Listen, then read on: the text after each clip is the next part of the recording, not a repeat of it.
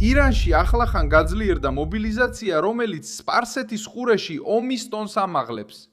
ირანულმა სააგენტო მერმა, რომელიც ტასნიმის მიერ მოპოვებულ წყაროზე დაყრდნობით იუწყება, ხუთშაბათს 26 მარტს განაცხადა, რომ მილიონზე მეტი მებრძოლი ორგანიზებულია შესაძლო სახმელეთო ბრძოლისთვის ამერიკის შეერთებული შტატების ძალებთან.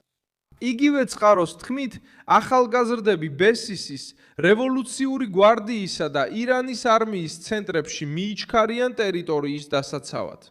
ამიტომ ეს უბრალოდ რიტორიკული განცხადება არ არის, არამედ მოწოდება, რომელიც ვაშინგტონის სამხედრო ვარიანტების გაფართოებასთან ერთად ჩნდება. როიტერსის ცნობით, პენტაგონი განიხილავს ახლო აღმოსავლეთში დამატებით 10,000-მდე ჯარისკაცის გაგზავნას. მას შემდეგ, რაც უკვე მზადდება 3-დან 4 წერტილი, 4,000-მდე 82 საჰაერო დივიზიის სამხედრო მოსამსახურის რეგიონში გაგზავნა. ამავდროულად აშშ-ს მთავრობა საზღვაო ქვეითებსა და სხვა ძალებს მზადყოფნაში ამყოფებს. რაც თეირანში აძლიერებს მოსაზრებას, რომ სახმელეთო ოპერაციის გამორიცხვა შეუძლებელია. სად ხდება ეს დაძაბულობა ყველაზე საშიში? ირანის სამხრეთში, ჰორმუზის სრუტესა და კარგის კუნძულის მიმდებარე ტერიტორიაზე, კარგი ირანის ნავთობის ექსპორტის დაახლოებით 90%-ზეა პასუხისმგებელი.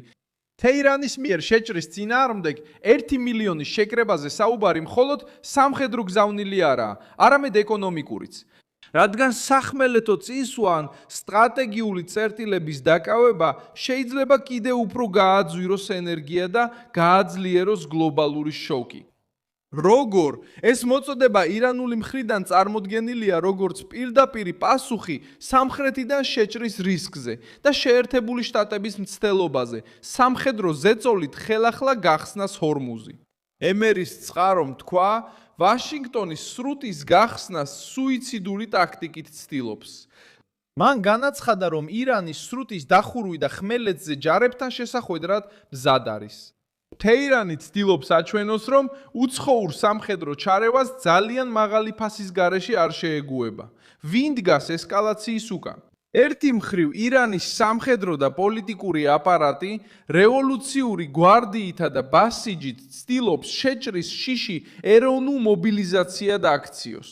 დონალდ ტრამპის მთავრობა თეირანზე ზეწოლას ახდახდენს სამხედრო ძალების გაძლიერებით და პაკისტანის მეშვეობით გაგზავნილი მშვიდობის წინადადებით.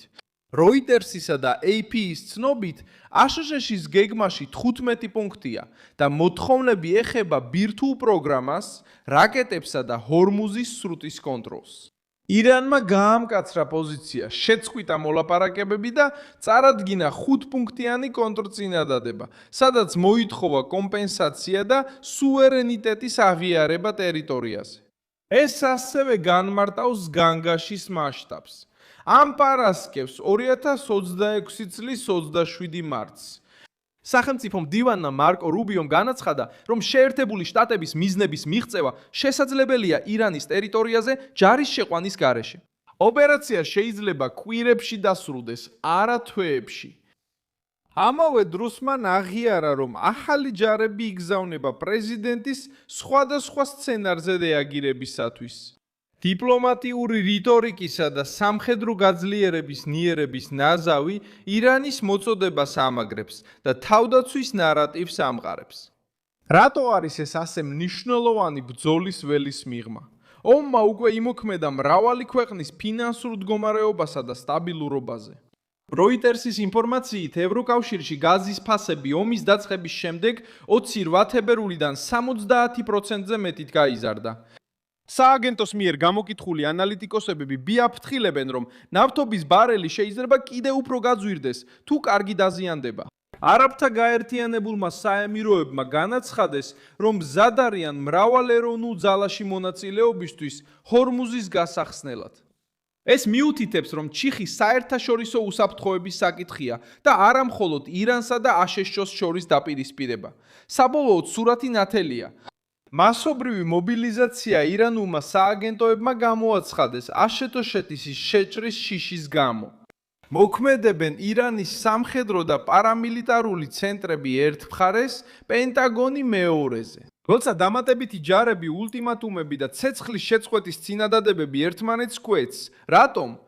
თეირანი ცდილობს შეაკავოს სახმელეთო შეჭრა, შეინარჩუნოს პოზიცია სრუტეზე და აჩვენოს, რომ აშედეშექის ნებისმიერი ნაბიჯი შეიძლება ომის უფრო საშიში ეტაპი გახსნას.